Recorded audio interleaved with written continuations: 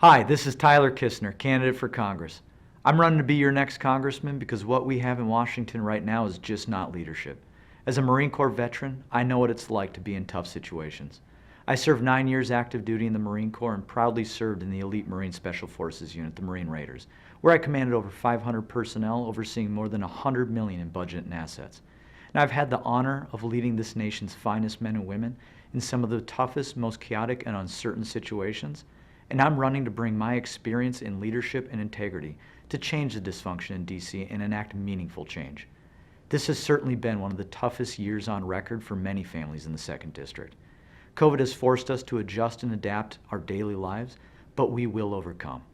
The rioting and looting of our cities have only made things worse for many small businesses throughout the Twin Cities metro.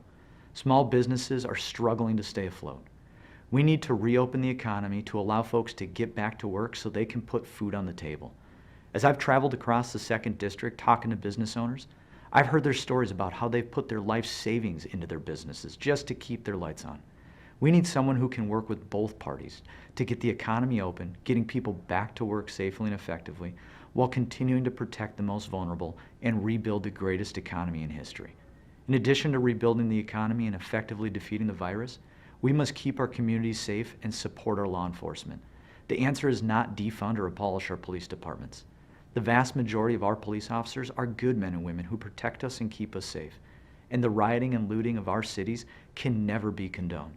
In fact, as rioters and looters were burning our cities, our Democratic elected officials remained silent and they did nothing. My opponent Angie Craig still refuses to condemn Antifa and their violent actions. And just last week, she voted for a bill that would strip $600 million from our police departments. This is not the answer.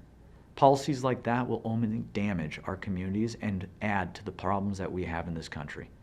In closing, I would just like to say that I proudly served this country in the Marine Corps, and if I can earn your vote, I will do so again in Congress. Being a servant leader is important to me, and I've always fought to give back to this country that has provided so much to me and my family. So please don't forget to vote Tyler Kistner for Congress on November 3rd. And together, we can build a brighter future, not just for our generation, but for our children and our families and our future generations to come. God bless.